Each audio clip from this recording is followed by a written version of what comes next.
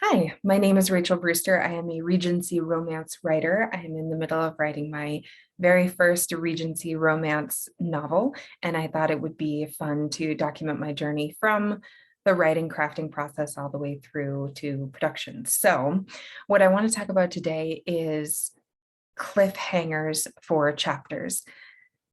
I am a huge romance, Regency romance novel reader. Huge. Like those people that you hear about who like binge read Regency romance.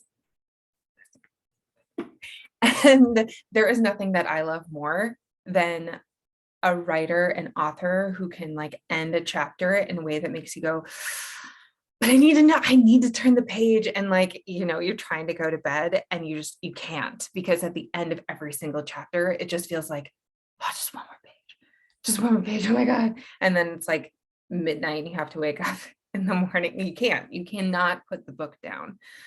I love those authors, love them. I mean, I love to hate them because I also don't want to stay up until midnight reading, but it's just like the juicy part of it, though, those end of chapter cliffhangers that make you read and turn to the next page. Oh, I love them. And so as I'm turning from a reader to a writer, and in a couple of years an author as well, and publish my books, that's the kind of author that I want to be. So as I'm crafting my Regency romance novel, I'm really thoughtful about how I end my chapters. And I've been having a lot of fun with that. But I stumbled upon a chapter that I wanted to end, and I thought I had a way to end it and have a cool cliffhanger, and it didn't work. And I couldn't figure out why it didn't work, because I had used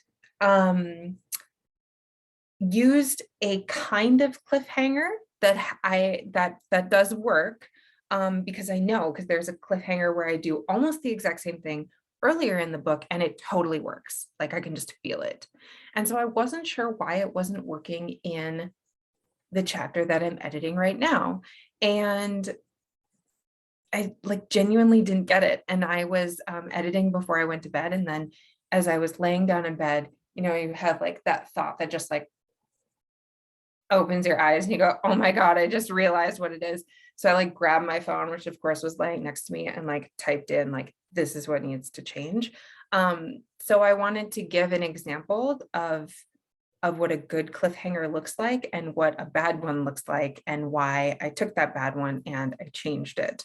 So let me show you the bad one first, I think, and we can talk about why it doesn't necessarily work. Okay, I'm sharing my screen, so I'm not sure if you can only see my Word doc or if you can also see me, but hi. Okay, so this is, for context, Jessica is my heroine.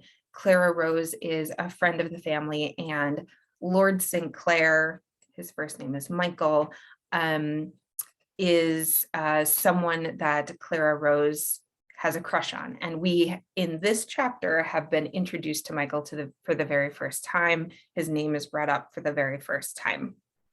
And so what happens is that Michael comes to the door and gives the butler his card and wants to speak with Clara Rose, and she like eagerly runs to go meet him and chat with him. And Jessica asks Clara Rose's mother, who's Lord Sinclair? Is he a suitor? Like, is he interested in Clara Rose? Whoops. Or like what's the deal? Because she was really excited, like really excited to go see this guy that Jessica I have never heard of. And Lady Burkhalter waved an apathetic hand in the air. A family friend, they grew up together. Lady Burkhalter dismissed. You'll meet him soon enough. Jessica bit her tongue. She had seen the look on Clara Rose's face when Lord Sinclair was announced. She couldn't help but wonder if the all-seeing Lady Burkhalter had one blind spot, and if Michael meant far more to Clara Rose than her mother realized. A little bit more context. Lady Burkhalter is kind of, I had a guy friend read my novel once, and he was like really into Game of Thrones at the time. And he was like, your Lady Burkhalter is like Cersei, like this woman's a badass. She knows and sees everything. And in fact, earlier in this chapter, she kind of has almost a clairvoyant moment, and Jessica is really impressed. So the all-seeing word right there is kind of a fun throwback to something that happened just earlier, even in this chapter, but it is also integral to who Lady Burkhalter is as a character. So it doesn't work. Like, reading my own writing, I was staring at it and I was like, it's almost there, like it's kind of cool. Like, the all-seeing Lady Burkhalter had one blind spot, right? And she doesn't realize that her daughter has a crush on this guy. It should work, but it doesn't work. Like, in my brain, what I want to hear, or if I were a reader, what I would want to read or feel is at the end of this chapter, that like, dun, dun, dun feeling. And I don't feel it. And I was like, why not?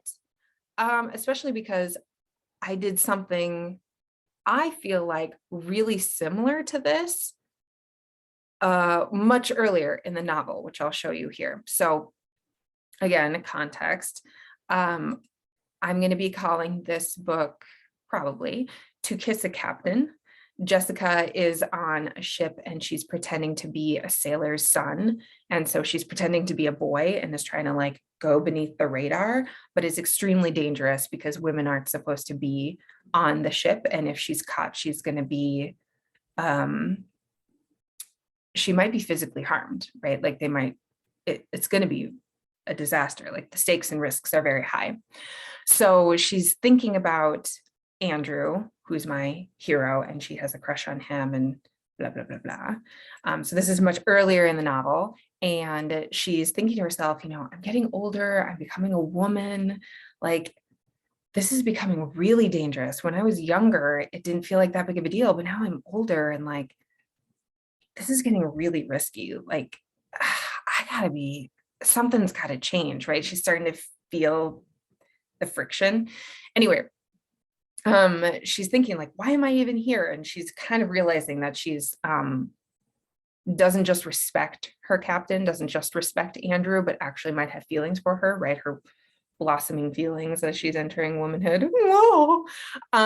Anyway, I end the chapter with, but she had to be careful. After 2 years on, we're probably changing this to the Thorn. Names are very flexible right now. We're in draft 1. After 2 years, she had to be careful. After 2 years on the Thorn, Andrew knew her better than anyone. And for that, she both loved and feared him. Doesn't sound as dramatic when I read it out loud, because I think you have to read the other chapters to like really feel the climax. But trust me, when I read this chapter, I definitely have that dun dun dun feeling of like, oh God, like as a reader, we know she's not gonna make it. Like, she's not gonna make it off the ship. Like, something's gonna happen. She's gonna be found out and she's screwed. I know she's screwed. And I'm very nervous for her. So for that, she both loved and feared him. It's like, oh, is it Andrew who's gonna figure out her disguise and who she actually is? Like, what's happening here? And I can feel that tension at the end of the chapter.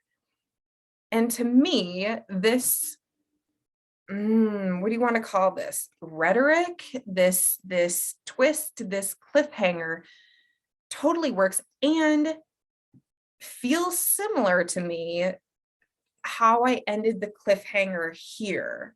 Like, foreshadowing, I think, is what it is. It's like a I don't know. And I couldn't figure out why it didn't work.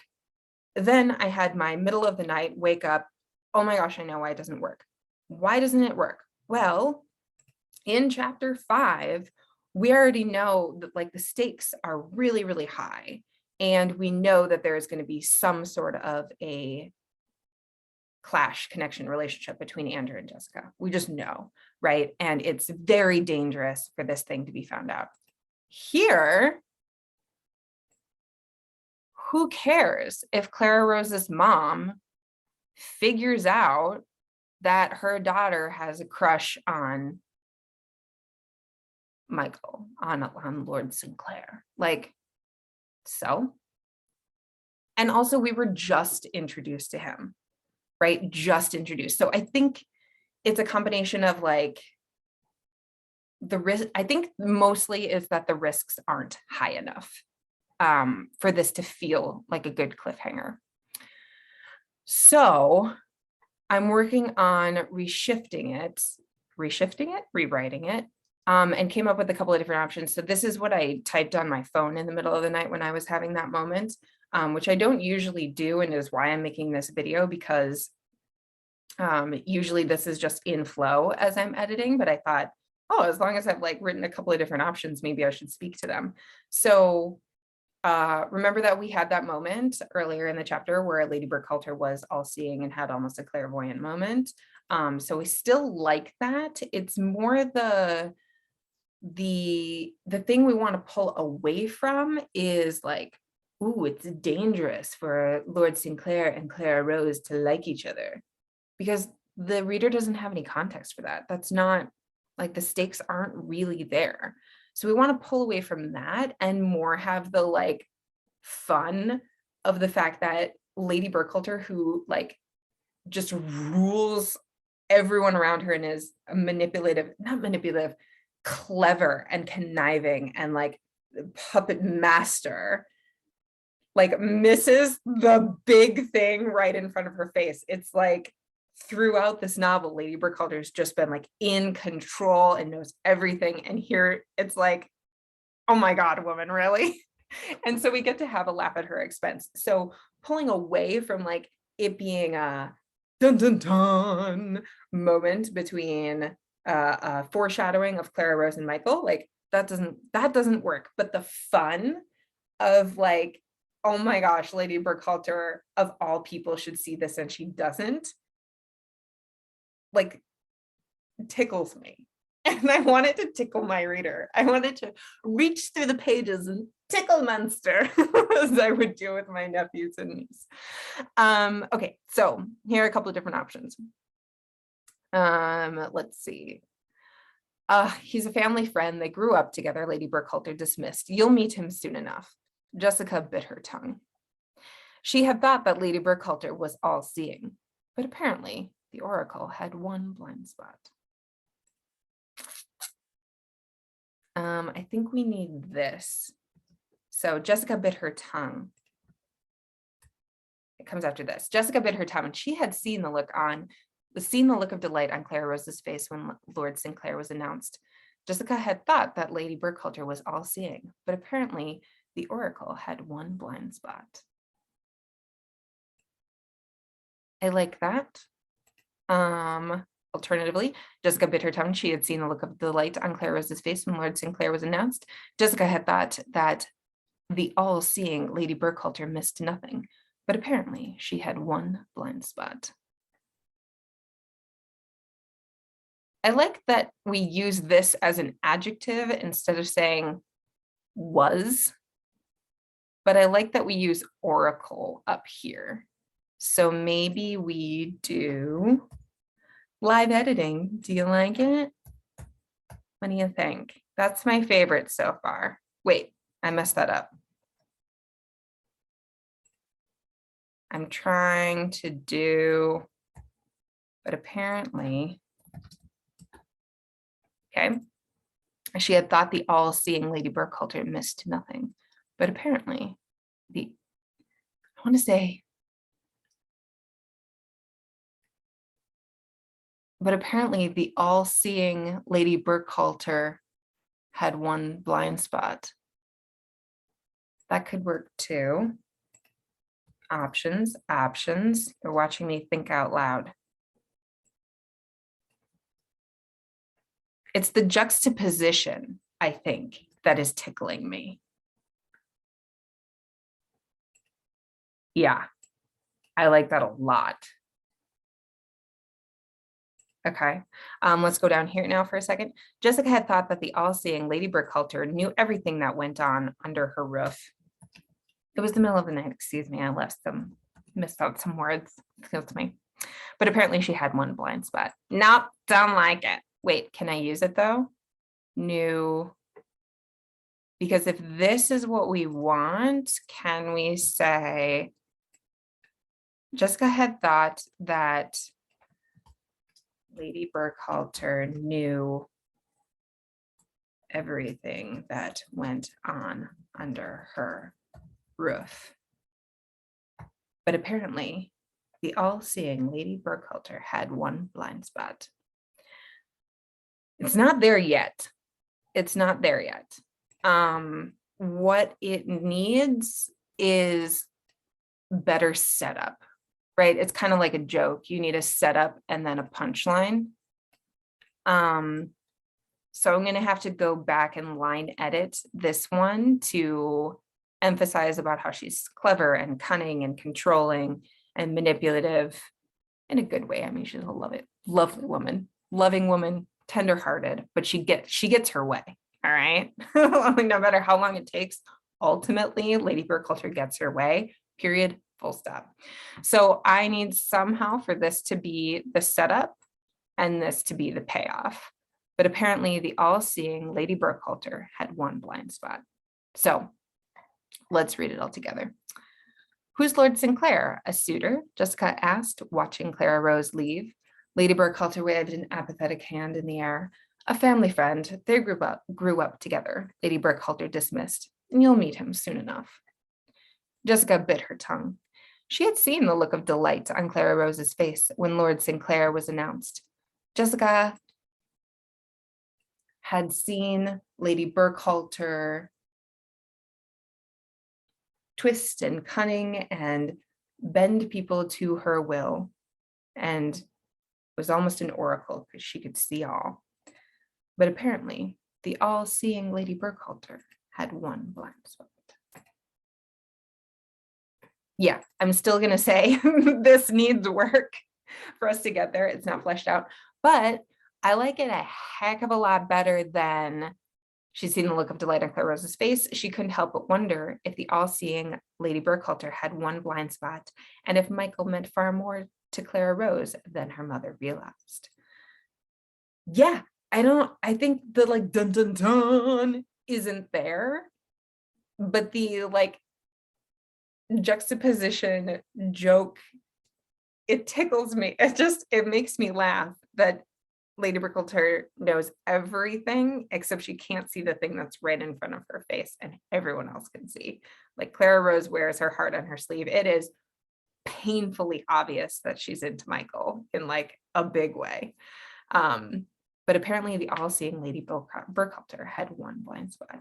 The other reason that I really like this is that it's a show not tell moment, right? Like the guy friend that I mentioned who was super into Game of Thrones, we talked about this once where I read all of the books and then we watched the show together, and we watched it with people who had never read the books. And I was like, how do you know what's going on? Because I read the books and I'm having a hard time keeping up. It's so fast and it's so complicated. And his friends were like, that's why we like the show, because we do have to be engaged, and that causes us to like almost put ourselves in the story. It's like a puzzle or a mystery, or like we're working it out together. You know what I mean? And for people who are really extreme with Game of Thrones, they like would go online and hypothesize as to like what's going to happen next and the intricacies. And so that was a really long way of saying show not tell. So Jessica is never saying Lady Burkhalter is so dumb. Obviously, Clara Rose likes Michael, right? We're leaving it to the reader to be tickled and enjoy, like, but apparently the all-seeing Lady Burkhalter had one blind spot. What's the blind spot? The reader has to fill in the blanks themselves. And that's also part of the fun. That's part of what like tickles me or is engaging. The juxtaposition and the joke is what tickles me. The engagement and the like need to turn the page is the show not tell thing. I hope that makes sense. Anyway, if you enjoyed this video, if you want to see more, etc., then touch my bells and buttons, like, subscribe, and comment, and we'll chat next time. Okay, bye.